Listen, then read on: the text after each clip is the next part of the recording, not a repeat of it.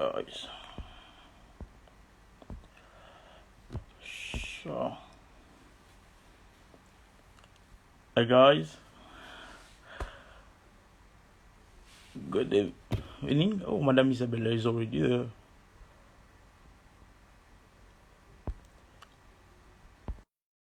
Good evening, guys. Hope you're fine. My name is Carl Kenya. I'm a student entrepreneur from Broad University, South Africa, Grahamstown. Hello. Good Hi. evening. Yes, good Hi. evening. Good evening, Madame Isabella. Hope you're fine. Yeah, I'm great. Thank you. Oh, oh, What oh, about oh. you? Oh, I'm fine. I'm okay. I'm okay. I'm okay. Uh, nice to meet you. Genre, vous êtes arrivé un peu plus tôt. Je suis très ravi. Donc, if you can present yourself, please, madame, in your own Mhm. way. So, Sure, sure. if I may ask, who is Madame Isabel? Sure. Thank you so much, Carl, for inviting me. Thank you, all people that are joining this live that I can see. They send some hearts and stuff. Very happy to be here and invited to this show. And my name is Isabelle Anouche. I come from Senegal. And I'm currently in Senegal stuck because normally I'm living in China. I have been living in China since 2012. And basically, I was born and raised in Senegal. And when I got my A level, I went to France to study. And on my last year of HR, Master 2 of HR, Human Resources Management, I had this seminar in China. And I didn't know anything about China. And one day, like I just arrived there, I didn't know anything, and I was so surprised. And I saw many people, like entrepreneurs, international people speaking in so many languages, and I was really wow. And I decided that this is where I want to continue and having a career there. So I moved to China, and a few years later, I opened my own company, Teranga Trade, so which is helping to do sourcing, and I help my clients to buy in China to make quality control, expeditions, etc. And by the way, because I'm really entrepreneur in my soul, I also opened a recruiting consulting agency in Shanghai, where I am helping people locally to recruit bilingual staff. And by the way, also a few years later, I started Teranga Valley, which is a platform where we invite like-minded people to come and share their experience, because I realized so many people come and go in Shanghai and we don't have the opportunity to exchange. And all those people, you know, are like you, like me, they're very ambitious, have been through ups and downs, and we are not sharing this experience to be able, you know, to motivate each other, inspire each other, know each other, and grow together. So that's how I got started Teranga Valley with Mac, who is also from Senegal. And that was so funny because we were both in China since 2012. We are both Senegalese and we never met. And we are also entrepreneurs and we never met Wow. like for 6 years. So yeah. And once we met, we just created this Teranga Valley. You know, Teranga is a Senegalese word. It means welcome. And we wanted this platform to be very open to anyone from anywhere, any nationality. And you know, in Shanghai at that time, not so many active groups or platforms of Africans that are moving a little bit the city. So we've been doing it since 2018, and now we are a reference. Everyone, most or like more or less everyone in Shanghai knows about Teranga Valley, and we are doing weekly events online and offline. And we are bringing, you know, the positive image of entrepreneurships and Africans in China. So we are very happy about that. And we also have an Africa China section, and we try, you know, to learn what is, for example, the Belt and Road, what is the relationship between Africa and China, and how us as entrepreneurs, we can also make an impact, you know, for the continent. So it's always a work in process. And of course, I'm also a mom. I have a little son, Matteo. He is 3 years old. So this is also part of me and who I am. And yes, I mean, I think out of all your questions, I will be able to go more deep. So thank you for Wow, inviting me. wow. Great pleasure, it's a pleasure. Alors, madame, j'irai droit au but en Mhm. vous demandant, la politique économique chinoise est souvent taxée d'être très conservatrice. Comment avez-vous réussi à vous adapter et surtout à vous installer dans ce pays? Quelles sont les difficultés que vous avez rencontrées? Alors, je veux dire que peut-être ma mentalité est différente parce qu'il y a ce que les gens disent et il y a ce qui est. Donc, en général, en fait, c'est un peu aussi comme mon expérience, comment j'ai atterri en Chine. Je ne savais rien, je suis juste allée et puis voilà, j'ai été éblouie.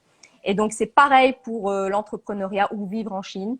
J'ai fait vraiment cette expérience, j'y suis allée et j'ai vu toutes les opportunités qu'il y avait pour moi de grandir et d'avoir ma propre entreprise et d'avoir une expérience si grande, parler plus de langues, etc. Donc pour moi, au contraire, parce qu'avant je vivais en France et en France tout semblait bloqué. Tout semblait ok, j'aurais pas mon entreprise avant d'avoir 50 ans ou j'aurais pas mon entreprise parce que j'ai pas assez d'argent. Des choses comme ça. Tout semblait un peu bloqué.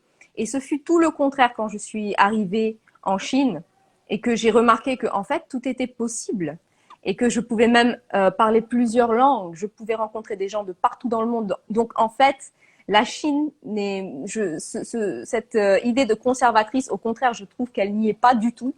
Elle est très innovatrice, facteur de croissance pour tous les gens qui y vont. En tout cas, c'est mon expérience. Et j'ai vraiment grandi énormément en faisant ce choix. Et vraiment, voilà, ça me correspond en fait, totalement. Wow. Effectivement, madame, vous vous exprimez en mandarin, ce qui est une bonne chose. Alors, pensez-vous qu'avec la montée en puissance de la Chine et son invasion dans les pays africains, que l'apprentissage de cette langue serait indispensable dans les années à venir? Alors, plusieurs points ici. Déjà, par rapport au mot invasion, pour moi, on est dans un monde global. C'est-à-dire que si moi, en tant qu'Africain, africaine, je vais en Chine et que beaucoup d'Africains viennent en Chine, j'aimerais pas qu'ils disent que les Africains sont en train d'envahir la Chine. Donc, pour moi, en fait, on est dans un monde qui est globalisé et aujourd'hui, c'est une réalité que la Chine est le numéro 2 au monde. Avant, on se posait même pas des questions. Si on étudie le business, il faut qu'on parle anglais parce que c'est les numéros 1 au monde. Donc aujourd'hui, oui, parce que la Chine devient le numéro 2, c'est très important de pouvoir parler le mandarin.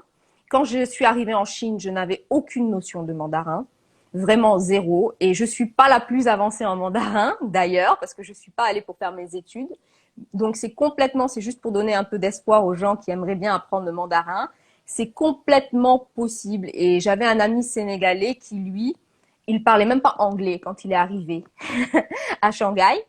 Et au bout de 6 mois seulement, parce qu'il ne connaissait personne et qu'il était dans un campus où tout le monde parlait soit chinois, même pas anglais. Donc, il était obligé de parler l'anglais, de chinois, pardon. Au bout de 6 mois, il était vraiment courant. Et je ne sais pas pourquoi, beaucoup de Sénégalais et d'Africains en général ont cette facilité, en réalité, d'apprendre le mandarin. Donc, pourquoi pas? Nous sommes dans un monde aujourd'hui qui change et le mandarin va prendre une place très importante dans le futur. Donc, c'est toujours un atout de pouvoir parler ou au moins s'y intéresser pour mieux comprendre la culture. Et j'invite aussi les gens, pourquoi pas faire une petite immersion et peut-être apprendre le mandarin sur place, même pour 6 mois, pour un an, pour se rendre compte que tout ce qu'on pense de la Chine, en réalité, je pense que ça reste un mythe ou bien vraiment très rare. Quelques petites choses, en fait, qui sont les plus choquantes, qui arrivent jusqu'en Afrique, mais qu'en réalité, dans la vie de tous les jours, vraiment, c'est un plaisir de vivre en Chine et d'apprendre tous les jours. Et vraiment, en tout cas de mon expérience, j'ai beaucoup apprécié apprendre le mandarin parce que je peux parler avec plus de gens. Il n'y a pas tout le monde en Chine qui parle anglais, même si aujourd'hui, si vous allez dans des villes comme Pékin ou bien Shanghai, quand même, il y a beaucoup plus de gens qui parlent anglais aujourd'hui, mais quand même, ce n'est pas la majorité. Donc, quand on a envie de faire des affaires avec la Chine, oui, je trouve que c'est important de commencer tôt à apprendre le mandarin. Wow. Alors, if I may ask, Madam, what Yes. difficulties you encounter with the COVID-19 pandemic? You know, it started in China. Yes, actually, I've been stuck in Senegal because of the pandemic, so I could not go back to Shanghai because, my operations are mostly in China. But it's actually have been the opportunity to make some changes and deep changes in my way of working, making it more efficient, maybe make more delegation because before I was just trying to do everything all by myself and always in control of things. But now I have to trust more my team, and they have proved to me that I can give them this trust and that we can move faster, and I can also focus in other areas instead of just staying in the operations. So for me, it has been at the same time an opportunity to make things more online and thinking really about like, do we always need to be in office? Do we have better ways of working? And for Teranga Valley, we have been doing the online events. So I could be there. So I didn't miss any of the Teranga Valley event. So it opened new perspectives, and actually it helped us to be more connected to Africa. Because while we are doing those kind of events and conferences, then we can also reach more, not only the Africans or people in Shanghai, we can also connect with people all over the world, and especially in Africa. Oh, okay. Okay, sure, Madam. I have a question. Is it easy to find supplier for product in China? So, you know that China now is really, really the place where you cannot, like, there is millions of suppliers. So the problem is not to find a supplier. The problem is to find the right supplier, because sometimes maybe some clients, they just have a small order.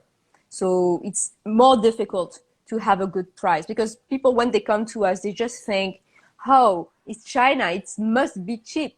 But actually, no, it's not that way, because maybe the product you are buying cheap at home is because the one who bought it bought a big quantity. Yeah, So sure. that's why he got this cheap price. So when we will work with you, we need to help you, for example, to negotiate, because maybe we are working with this factory and we used to order a lot, so they can do a little effort to keep us the same price, and we can make some negotiation. We can try to find, other factories, or we can also help to find the middlemen that are actually the distributors, the Chinese distributors of a factory. So they have a lot of quantity and they can put our small order inside. So yeah, that's not difficult to find a supplier, but the right one is more challenging. And sometimes it's also difficult. Like, I have clients coming and giving me a supplier, and then when I check, I realize that it's not a factory. And I don't know, I won't pay in a personal account. For example, the client doesn't know the difference in between a personal account in China and, for example, a company account, or even Okay. if it really belongs to this supplier. So this is where we come and we help. And there is a third problem is, for example, if you buy from a factory in China and you are based here in Africa, your contract, for sure, if you don't do a contract, maybe they just don't do. What can you do? If you pay the money and then they don't do anything, you cannot do anything. And Wow. sometimes we help our clients, they will pay us, and we have a company in China. So when we we pay the factory, we have a Chinese contract. So if tomorrow they want to do something bad, we just go to the judge, it's faster. So yeah, finding a supplier is not difficult, but secure, like making it secure and finding the right one is more of a challenge. Wow. Wow. Wow. Wow. Yeah, Madam, you have been living in China for over 9 years. Do you think Africa will be able to reach such a level of industrialization in the year to come? If yes, how? Good question. Actually, it's because I believe this that I am living in China. Because I can see by my eyes. Because Shanghai, when you see now, is like skyscrapers everywhere. But 20, 25 years ago, it was just a fisher camp. like there were nothing there. And today is like, whoa, like one of the first financial place in the world. So only this makes me believe that we Africans can do this and beyond. So that's why I like to be there and understand this mentality, how they could come from having nothing to be the number 2 in the world, and today being the leader in the 5G. How those people came from made in China, everyone saying that's cheap, that's bad, to Yeah. now being the leader of the 5G. So this is those kind of questions that I'm interested in, and why I like to be in China to get this, how come and how can we do this for ourselves. So we have a lot to learn from Chinese. And if I can give a little highlight, for me, it's that they believe in themselves. When they got started doing the factories, they didn't have knowledge. They didn't know really what they were doing, but they had enough confidence to say, we want to do it by ourselves, and we will do it by trial and error until we get there. So I think this is what makes a difference and where we need to go, because even though, okay, they could buy from Europe, they could buy from United States, for some technology and sell it as we do, we buy from outside and then we resell it in Africa. But they took Yeah. the courage to say, okay, I will start from zero. I will not have the best quality maybe for 10 years, but after that, I will know everything, how to do this, and then I will lead the way. And I think this is this mentality that we need in Africa. We need to be more confident. We need to trust ourselves and to allow even failure. It's part of the success. You need to try, you need to fail, because we have this mentality of you need to be this to make that, No, you can start from zero and get there if you really want, because, if for me, humanity is one. So if another human being is capable of doing it in China or USA, it means I am able to do it if I put the efforts and I want, and I'm willing to go through this process that is not easy. So if they could do that, for sure we can do it. And we are so much bigger. So normally the potential is actually, wow, it's like, wow. But that's why Chinese are also coming to Africa, because they know our potential.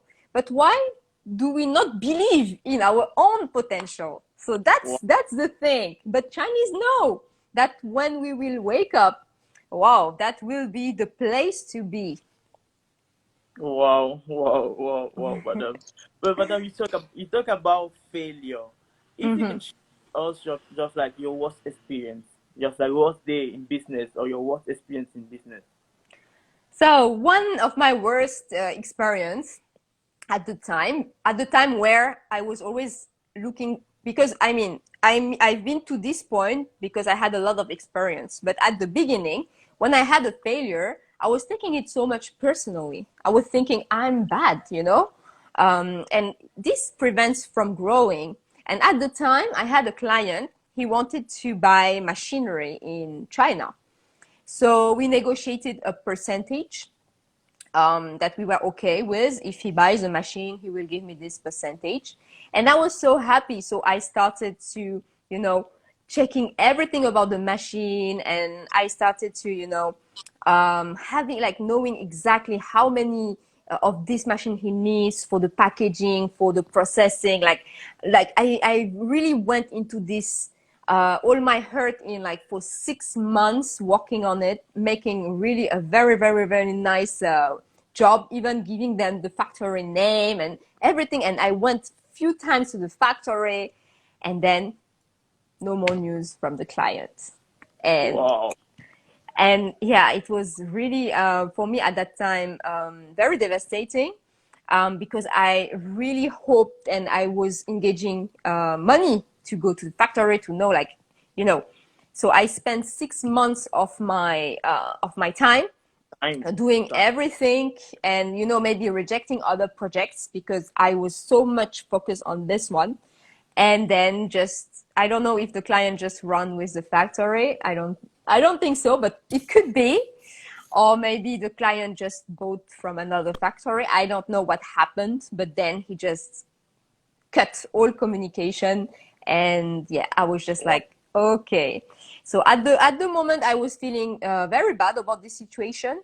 But with the step back now, I just use this to improve my process. For example, if someone wants me to do all this work, I need to ask them for a deposit. So it's kind of my fault at the same time because I just offered all this service for free, hoping that one day they will, purchase. So it was my process that had a problem, not my client.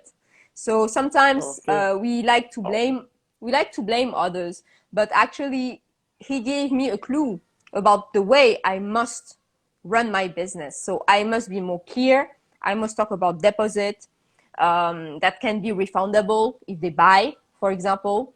So that's the way to solve this kind of situation. But yeah, there is always ups and downs in business, but they can help us to make our system better. Wow. Wow. Wow. Very interesting. Yeah, it's not easy. So, madame, comment pouvons-nous engager au mieux les jeunes de tous les pays africains pour nous assurer qu'ils sont impliqués dans le développement des discussions sur l'innovation, l'entrepreneuriat et qu'ils ont la possibilité de libérer leur potentiel pendant et après le Covid? Alors, cette question est très, très importante. Je ne pense pas qu'il y ait une réponse fixe, mais je vais quand même tenter de répondre à cette question. Pour moi, il y a un problème aussi peut-être culturel. Des fois, nos parents, par exemple, ils veulent vraiment qu'on soit un médecin, ou bien qu'on soit un avocat, ou bien qu'on devienne ça ou ça. Et des fois, voilà, on essaye de suivre un parcours qui ne correspond pas vraiment à ce qu'on veut vraiment faire. Et ça aussi, ça coupe l'innovation. Parce que pour être innovant, il faut faire quelque chose quand même qu'on ait un minimum de passion pour ça, qu'on suive notre vocation, qu'on soit authentique et qu'on suive ce qu'on veut vraiment, parce que c'est là où réside le génie de chacun. C'est-à-dire que moi, je peux être forte dans un certain domaine, quelqu'un d'autre dans un autre. Ça peut être la musique, ça peut être la danse. On peut aussi influencer culturellement en tant qu'Africain et innover de manière culturelle. Mais voilà, on s'empêche d'avoir quelque chose en fait d'énorme parce qu'on ne va pas là où on a vraiment notre potentiel et que on ne cherche pas ça. On ne cherche pas à comprendre quelle est notre passion, qu'est-ce qu'on peut développer pour devenir en fait, pour venir dans cette structure de voilà, on va être innovant. Avant d'être innovant, il faut être ne plus avoir ce bagage qui nous fait step back, like quelque chose qui nous alourdit et qui empêche que l'on soit dans notre créativité. Parce que pour moi, en fait, c'est dans notre main. On a tous le potentiel ici de devenir innovant et de devenir l'Afrique qu'on a envie de voir. Mais voilà, on essaye de se voiler la face. On essaye de faire ce qu'on pense qui serait mieux pour la société actuelle et pas vraiment ouvrir notre potentiel. Donc, je pense que c'est le premier travail à faire de la jeunesse.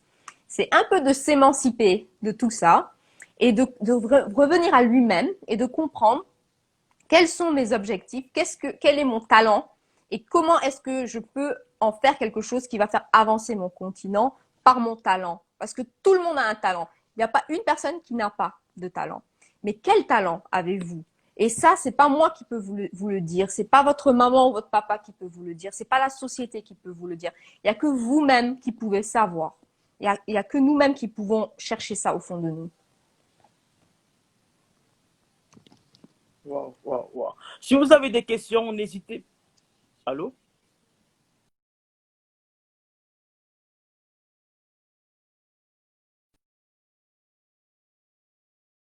Oh, Allô? Carl, oui, oui, vous m'entendez? Oh, ouais, je vous écoute Allô? parfaitement. Ouais, je Ah, vous c'est bon écoute. alors. Allô? Je vous entends très bien. C'est bon? Oui. Ok. Ok, je disais, si vous avez des questions, n'hésitez pas à écrire vos questions, que ce soit en commentaire ou bien dans les box discussion. Nous sommes là, nous allons les lire et les répondre. Donc, madame, votre... Hello? Oui. Je suis.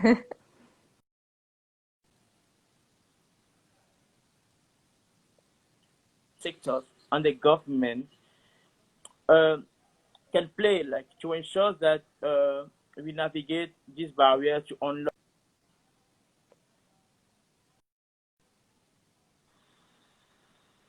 Ok, so, j'ai pas entendu la fin, mais je vois à peu près. Donc, pour moi, honnêtement, ça va pas être peut-être la réponse attendue. Je compte pas sur le gouvernement. Parce que Oh, si on compte oh, sur, on ne commence jamais. C'est ça, en fait, le problème. Maintenant, si le gouvernement offre des occasions, c'est bien. Mais il faut pas prendre ça comme excuse pour commencer quelque chose. C'est ça, en fait, ce que je veux dire par là. C'est-à-dire que des fois, on trouve des excuses pour ne pas commencer son business. Par exemple, oh, les gouvernements, de toute façon, ils vont jamais me laisser réussir. Ou bien, oh, de toute façon, j'ai pas assez d'argent. Donc ça, en fait, c'est des excuses qu'on crée nous-mêmes pour nous empêcher nous-mêmes d'avancer. Donc, que le gouvernement, en fait, nous soutienne ou nous soutienne pas, il faut commencer cette réflexion. Il faut avoir le courage de quand même se lancer, peut-être pas tout de suite dans l'entrepreneuriat, mais de se lancer au moins dans un business plan ou déjà de chercher, de cerner qu'est-ce que vous pouvez faire et comment vous pouvez le faire. Il y a pas, en fait, faire un business, ce n'est pas juste le financement. Parce que je vois une question là. C'est pas juste le financement. Parce qu'il y a beaucoup de startups, par exemple, qui reçoivent des millions de dollars et qui ne réussissent pas. Et qui ne réussissent pas. Donc, c'est pas que l'argent. Il y a quelque chose, il faut aussi apprendre c'est quoi l'entrepreneuriat. Et des fois même, c'est frustrant. Parce que quand vous avez tout l'argent, peut-être que vous êtes moins innovant parce que vous n'avez pas peur quelque part et après vous êtes trop à l'aise et en fait le business n'avance pas. Quelquefois, c'est quand on galère un peu, qu'on doit trouver des moyens pour réussir, qu'on devient innovant en fait. Donc, c'est pas forcément l'argent le problème. Et le problème, je vous assure, c'est le mindset. C'est le mindset ici. C'est la confiance en soi. C'est ok, je ne sais pas comment je vais faire, mais je vais tenter. Parce que si vous attendez de savoir tout pour commencer, vous n'allez jamais commencer. Parce que vous pouvez découvrir comment faire en faisant, en fait, en avançant. Donc, il faut toujours avancer. Et pour peut-être dire qu'est-ce que le gouvernement pourrait peut-être faire, c'est déjà de donner des informations claires et accessibles. C'est-à-dire qu'en tant que start-up et jeune, africain qui veut ouvrir une société, etc., d'avoir l'occasion d'aller dans où on peut trouver toutes les aides et comment est-ce qu'on peut bénéficier des aides. Parce que c'est ça, en fait, dur. C'est que des fois, il existe. On ne sait même pas où elles sont. Ou alors, elles sont données J ou bien des gens qui sont au courant et qui vont là-bas, qui n'ont peut-être même pas besoin. Donc, c'est un peu compliqué, en fait, l'accès. Je pense qu'il faudrait vraiment travailler là-dessus au niveau des gouvernements pour que l'information soit accessible et qu'elle soit donnée, puisse bénéficier, qui rentrent dans les critères, puissent bénéficier. Pas que ce soit à la discrétion de tu es mon ami ou tu vois, que ce soit vraiment ouvert à tous les citoyens qui en ont besoin. oh, d'accord. Genre, j'ai une question. What are your Oui. opinion about shipping goods from China to Africa? Like how to choose the shipping company? Alors nous, il faut savoir qu'on a commencé notre entreprise en 2014. Donc on a eu Madame, l'occasion. la question est en anglais. Si vous pouvez le répondre en anglais, parce que je me dis que la personne qui le pose Ah, peut être en... oh Ouais. oui, c'est vrai, pardon. Alors, yes, we started our company in 2014. So since then, we had so many inquiries for shipping, and we have tried a lot of different forwarders. So now we have, you know, a list of a few ones that we really trust, and that we are working with, and we are giving this service to our clients. So when clients come, we know that we will be able to introduce them reliable shipping agents, to be able to, receive their goods in good conditions. Because I think one of the biggest headache in trade is really the logistics. And during the COVID time, we had also a hard time, because all was stuck. So some clients that ordered like end of January, they had to wait for months to receive their goods. But at least because we had these reliable forwarders, the goods didn't get lost, or the goods were not damaged or stuff. So they finally got it, even though it's a long time. We could manage that. These people were trustful, like we can trust them, so they can bring the goods to us without damaging them or even steal them. So I think it's very important to choose the right forwarders, because you can lose your goods, you can never see your goods, you can have damage. People need to respect, what you are sending out. And also they need to give you the right regulations, because sometimes there are some products you cannot export. And they always, some forwarders, they always say yes. And then you send there and then it's stuck and you cannot get it out because you don't have the right certifications, or you didn't know that you could not send it out. And it just leads to so many problems. So be careful how you choose your shipping agents. And if you want us to support, don't hesitate to contact. Wow, wow, wow, wow. Bon, effectivement, madame, ça, je viens de poser la question. Quelle place donnez-vous à l'entrepreneuriat intra-africain? Genre, pensez-vous que c'est possible de importer et exporter de l'Afrique, genre, sans toutefois avoir affaire à contacter l'Europe, la Chine, genre, promouvoir le Made in Africa? Oui, alors je pense que ça, c'est la clé, c'est l'une des clés du succès de l'Afrique. Il est temps qu'on ait plus confiance en nous-mêmes et qu'on commence à produire et qu'on fasse aussi confiance à notre marché intérieur. Donc ça, je pense que c'est une étape qui est très importante, et elle passe aussi par l'industrialisation. Et ce n'est pas en fait contraire à l'importation, parce que par exemple, il y a certaines machines qu'on peut importer, que ce soit d'Europe, que ce soit de la Chine, etc. Mais c'est d'avoir déjà cette mentalité de on veut produire en Afrique pour l'Afrique. Et donc, on commence à libérer un peu la mentalité de on va toujours chercher ailleurs ce dont on a besoin chez nous. Parce que c'est le seul moyen où on pourra faire des produits à valeur ajoutée et gagner plus d'argent et relever un peu l'économie locale. Donc c'est vraiment la direction qu'il faut prendre, et c'est la direction qu'on est un peu timide à prendre, mais qu'il faut. Donc oui, je crois fermement à l'entrepreneuriat intra-africain, et je pense qu'aujourd'hui, on peut voir que il y a beaucoup de gens qui commencent à faire ça, et qui, vous savez, sur la région, par exemple, West Africa ou CEDEAO, on peut vraiment faire circuler les marchandises de façon libre. Donc, c'est vraiment intéressant, et je pense que c'est quelque chose que les entrepreneurs africains doivent s'intéresser. Mais il faut d'abord réussir à conquérir son marché local.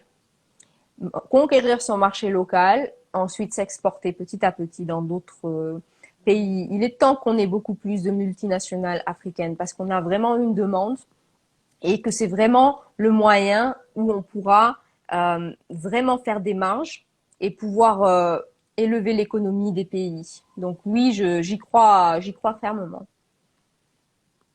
Non, d'accord, d'accord, madame. La perception entrepreneuriale en Afrique conduit très souvent à une répartition de secteurs d'activité par genre.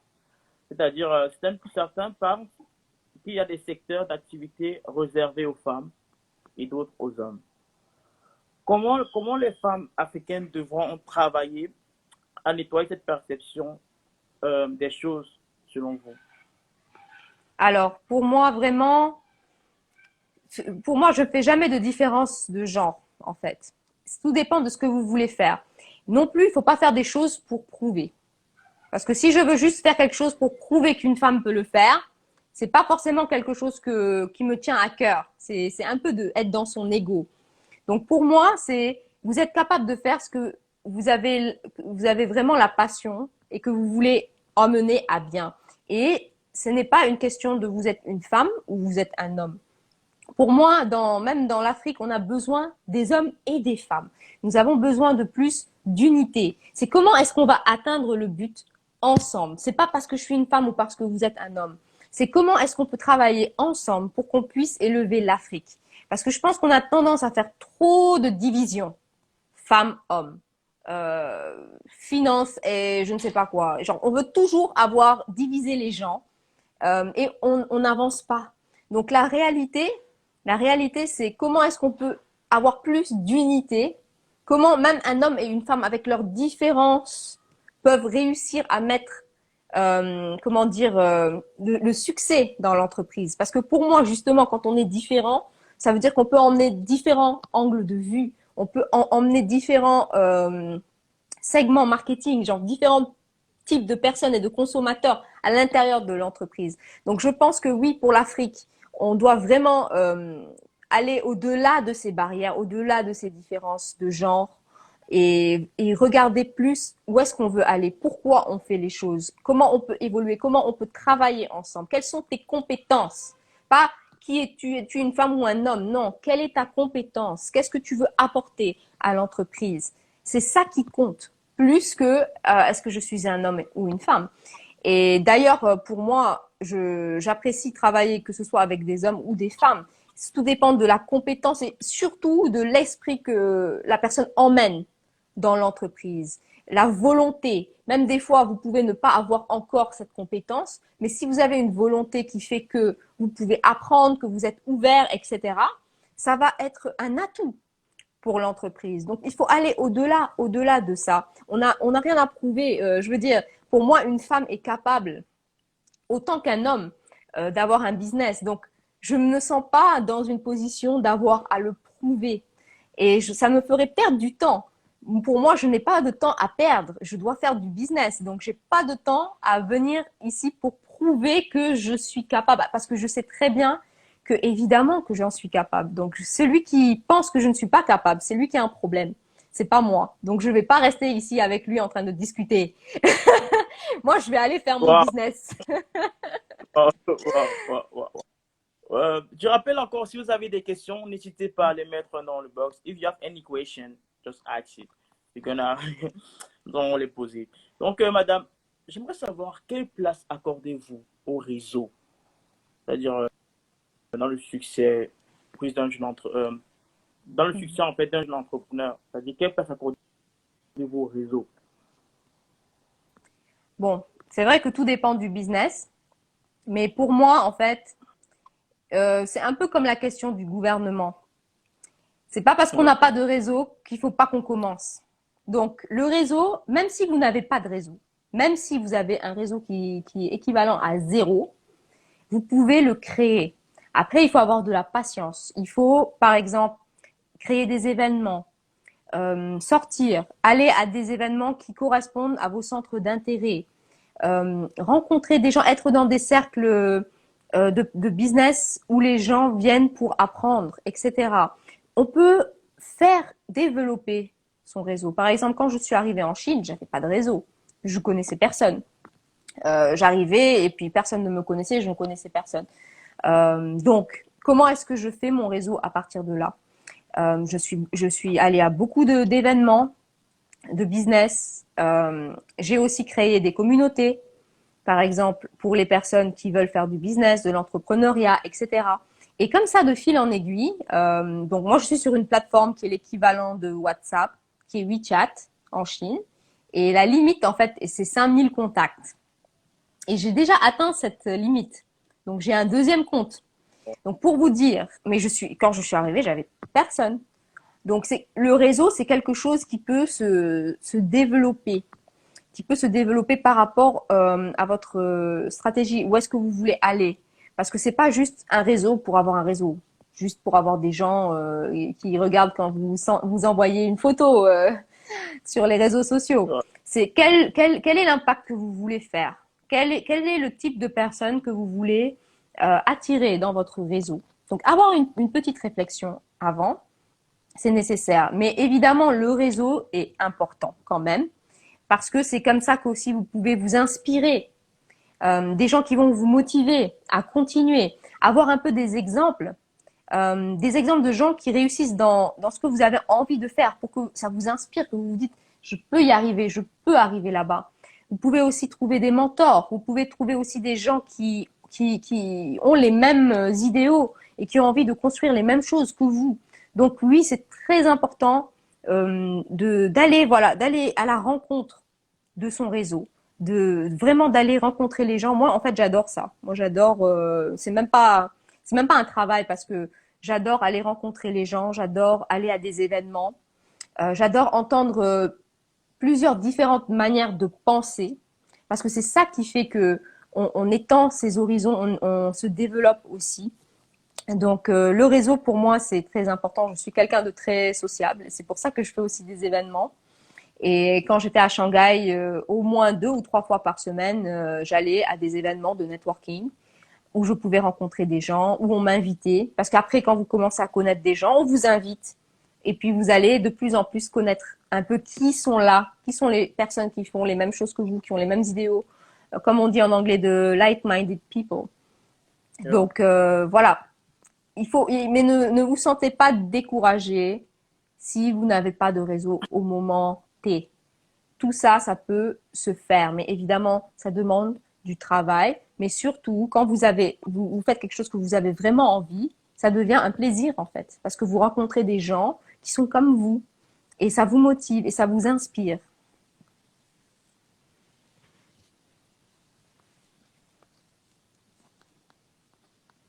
Oh, d'accord, d'accord. Alors, en commentaire, vous avez habité en France, ça a été compliqué de devenir entrepreneur. Pouvez-vous un peu développer ce sujet? Voilà. Alors, j'étais étudiante moi en France en master. Et je me rappelle que quand j'avais fait part lors d'un cours en classe à un professeur que j'aimerais bien être entrepreneur dans un avenir proche, ben, ce professeur m'avait dit en France, ça ne pourrait jamais arriver avant que vous ayez 50 ans. Ça m'avait choqué. Mais c'est un peu les mêmes profs qui m'avaient dit que aller faire un stage en Chine, pourquoi? Pourquoi aller faire un stage en Chine? C'est pas possible. Donc voilà, je n'ai pas donné trop de crédit, heureusement, à ces commentaires. Mais c'est-à-dire que vous savez comment les choses vous sont présentées un peu. On a l'impression que à l'époque en tout cas, je pense que ça a évolué depuis, mais moi je parle à l'époque dans les années 2010, on va dire, et un peu avant. Donc on avait l'impression que quand on était jeune, on nous donne pas cette crédibilité. C'est-à-dire quand vous êtes jeune, on va pas vous faire confiance en tant que chef d'entreprise en France ou en Europe et même en Afrique des fois. Et ça, c'est complètement le contraire en Chine. En Chine, ils s'en moquent de votre âge. Ce qu'ils veulent savoir, c'est qu'est-ce que vous pouvez faire, quel est votre potentiel. Et si vous prouvez que vous savez faire les choses, on vous fait tout de suite confiance. Donc c'est ça un peu la différente mentalité. Et quand on commence à faire un projet, on vous dit jamais, en fait, on cherche pas tous les problèmes. Pourquoi on pourra pas. C'est ça que j'aime bien en Chine. La mentalité, c'est, par exemple, vous dites un projet fou, tout le monde va dire ah ouais, on peut le faire. C'est bizarre, mais alors qu'en France, tout le monde va dire mais non, mais tu as pensé à ça et tu as pensé à ça et là, là. On coupe un peu l'herbe sous les pieds des entrepreneurs et des gens qui ont vraiment de l'imagination, des idées, qui veulent être innovants. Alors qu'en Chine, en fait, c'est encouragé. Plus vous êtes innovant, plus vous avez des idées grandioses, plus les gens vont vouloir vous suivre, en fait. Et ils vont vous apporter ce réseau dont on parlait pour réussir. Peut-être que vous-même, vous l'avez pas, mais les personnes que vous avez contactées, qui sont inspirées par ce que vous avez dit, vont vous ouvrir un peu leur carnet d'adresses. Et puis, voilà, petit à petit, en fait, ce que vous pensez qui est impossible est complètement possible en réalité. Et c'est ça qui est impressionnant avec la Chine, c'est qu'on va toujours vous prendre au sérieux par rapport à un projet grandiose que vous avez. On va pas vous essayer de vous miner le moral et de vous dire bon c'est cher, tu es étranger, tu peux pas ouvrir une société, il te faut un titre de séjour, comment tu vas faire si tu as pas de boulot, tu n'as pas de titre de séjour, mais si tu as un titre de séjour travail, tu ne peux pas faire une entreprise. C'est pas possible. Tu vois, il y a tellement de petits problèmes comme ça là qui alourdissent un peu. Et peut-être aussi que moi-même, j'étais pas encore complètement, on va dire, ouverte aux idées de faire de l'entrepreneuriat ou que j'avais moins confiance en moi, peut-être aussi, que j'étais dans une phase où je n'arrivais pas aussi à voler de mes propres ailes. Et je pense que cette confiance en moi, je l'ai gagnée en Chine, par la confiance aussi que les autres m'ont donnée. Donc, ça s'est construit petit à petit en Chine, juste au point où je me suis dit, oui, je peux le faire et je vais le faire. Et je n'ai pas eu cette chance et j'ai peut-être pas été dans les bonnes circonstances. Donc, j'ai pas eu cette chance en France d'être dans ce cercle virtueux qui m'emmène à la réalisation de moi-même. Donc, mais chaque histoire est différente. Je dis pas que la France n'est pas un bon endroit pour commencer l'entrepreneuriat. Non, je dis juste que ça ne me correspondait pas. Et par rapport à mon histoire, ça ne s'est pas déroulé en fait facilement au niveau de la France. Ça s'est plutôt déroulé très facilement au niveau de la Chine. Wow, wow, wow, wow, wow, wow. Donc, madame, allô? Oui, je suis là. Ok. Euh, Clairement, ouais, j'aimerais poser cette question.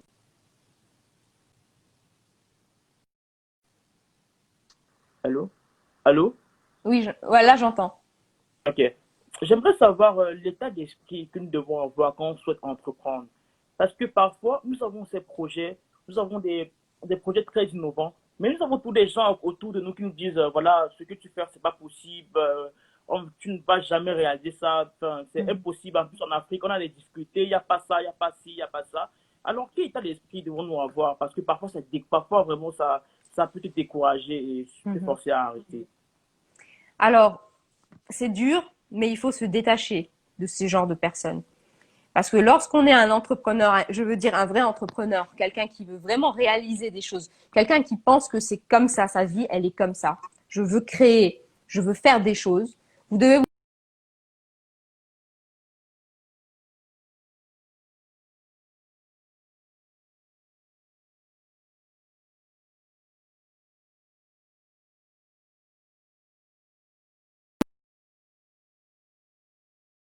fier.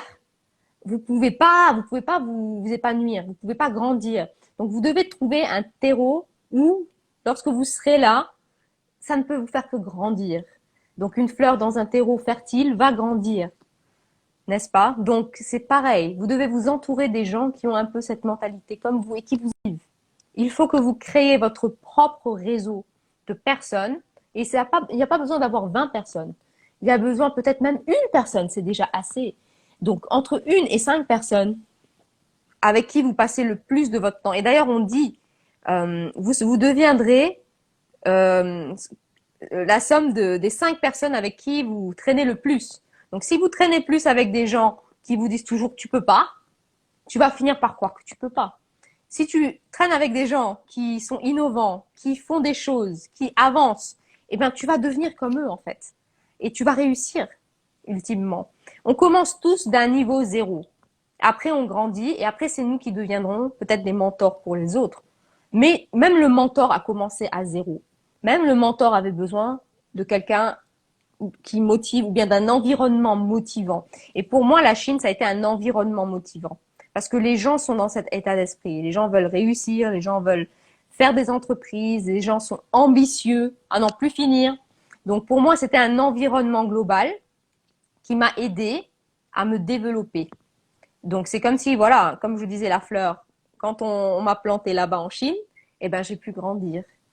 Parce qu'il y avait beaucoup plus d'énergie positive, beaucoup plus d'exemples aussi, et tellement plus de gens qui en fait voulaient faire ce que j'avais envie de faire.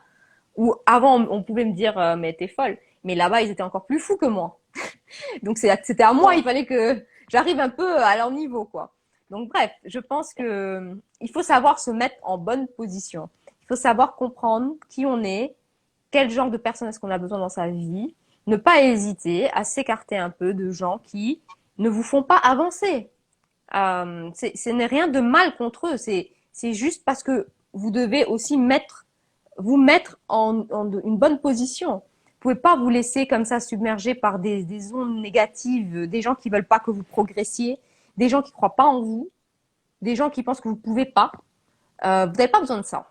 Vous n'avez pas besoin de ça. Donc, limitez les interactions avec des gens qui vraiment vous font sentir comme si vous pouvez rien faire, que vous êtes bonne à rien. Ça, c'est pas bon. Parce que même si c'est vrai que au niveau d'aujourd'hui, peut-être que vous n'avez pas toutes les compétences, ça ne veut pas dire que vous les aurez jamais. Parce que si vous travaillez, si vous vous renseignez, si vous lisez, si vous vous formez, vous pouvez le faire.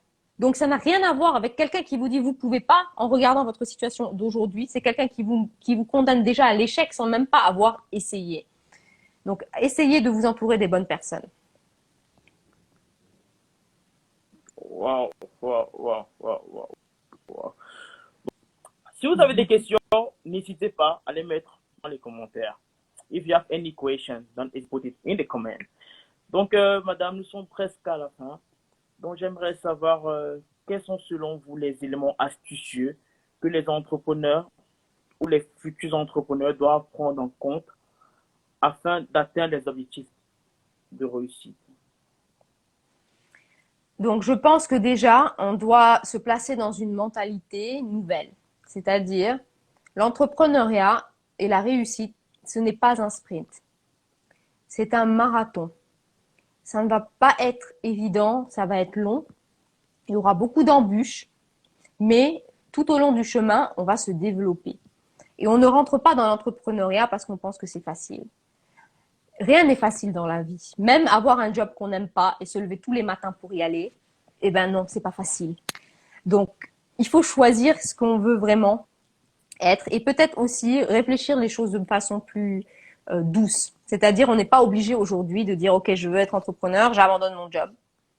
Et je sais pas ce que je vais faire, mais je vais le faire. Non, aujourd'hui, on peut très bien avoir un plan. On peut aller doucement, en fait. Lorsque votre business vous rapporte plus, vous quittez votre job pour aller continuer. Donc, on peut le faire de façon très douce. Ça ne veut pas dire que ça va être plus facile. Mais voilà, on peut avoir plus de stratégie, aller doucement, pas se lancer juste comme ça parce que voilà, on se lance. Et l'erreur que j'ai faite, hein. Allez, je veux commencer, je commence. Mais non, on peut aussi le faire de façon plus graduelle. Voilà. Et surtout, avoir cette mentalité de c'est un marathon. Et tout au long du chemin, je grandis et j'adore parce que c'est le process. Il faut apprécier aussi le processus parce que quand vous vous lancez dans l'entrepreneuriat, ce n'est pas juste ouvrir un business, c'est grandir, c'est ouvrir sa mentalité sur le possible, c'est vraiment devenir une meilleure version de soi-même, chaque jour un peu plus.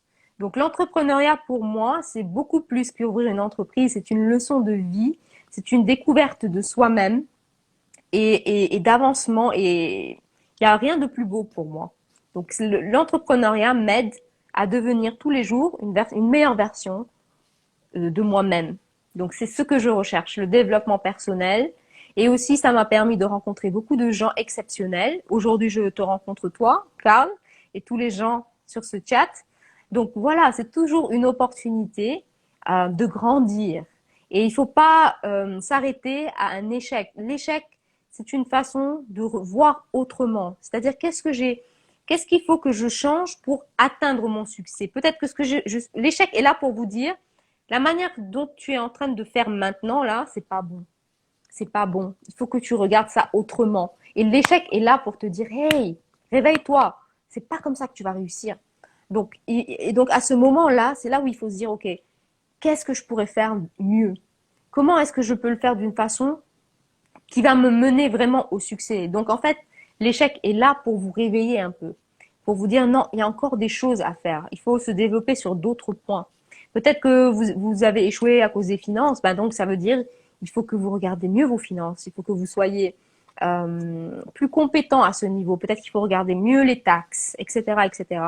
Donc voilà, c'est ça en fait le challenge de l'entrepreneuriat, c'est qu'il faut être bon sur une multitude de sujets complètement différents, mais c'est un marathon. Donc en fait, on a le temps. Si on n'est pas en train de vouloir faire un sprint, on a le temps d'apprendre toutes ces facettes qui vont nous mener au succès. Donc soyez patient, soyez indulgent envers vous-même Prenez aussi le temps euh, de profiter de la vie, de vos parents, de votre famille, d'avoir un équilibre, un peu un équilibre entre vos ambitions et votre vie réelle. Savoir que des fois peut-être s'arrêter un peu, se ressourcer, reprendre de l'énergie et repartir de plus belle. Il n'y a pas d'échec. C'est pas parce qu'on s'arrête un peu à un moment que ça veut dire qu'on a échoué. Ça veut dire qu'on prend le temps pour soi-même et qu'on s'écoute. Il faut s'écouter aussi. Ce n'est pas un sprint, c'est un marathon. Et pause, prenez cette pause. Voilà, c'est ce que je voulais dire pour ça.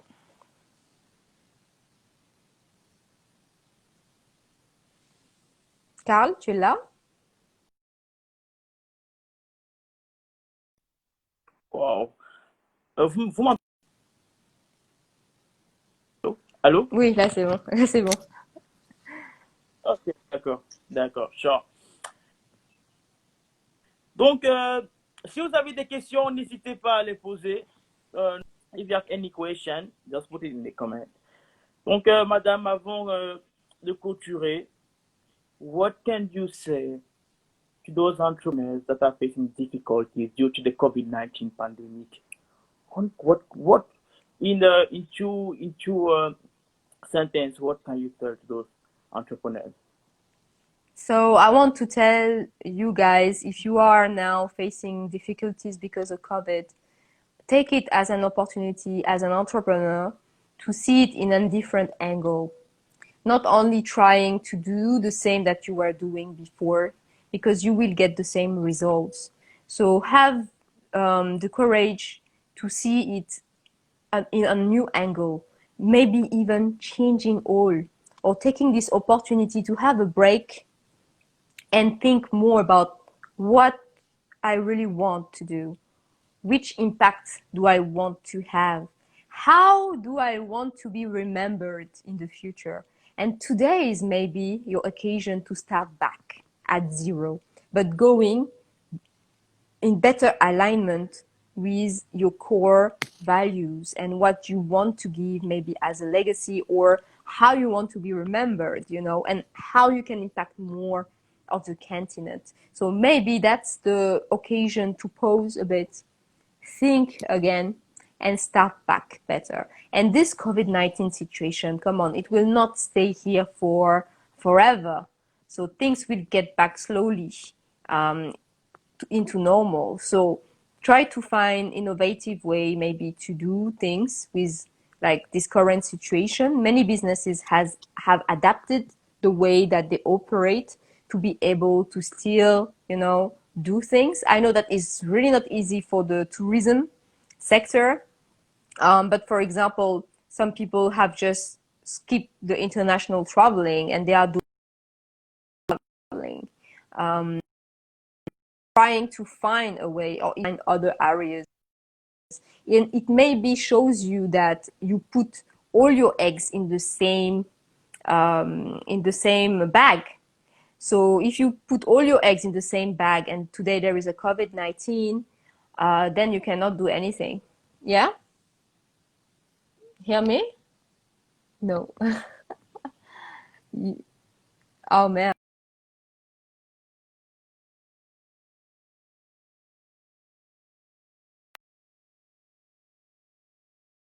And you guys in the chat, can you hear or can you see, hear? Okay, cannot hear you guys.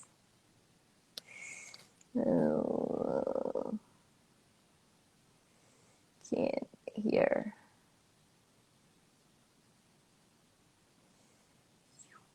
Can hear you. I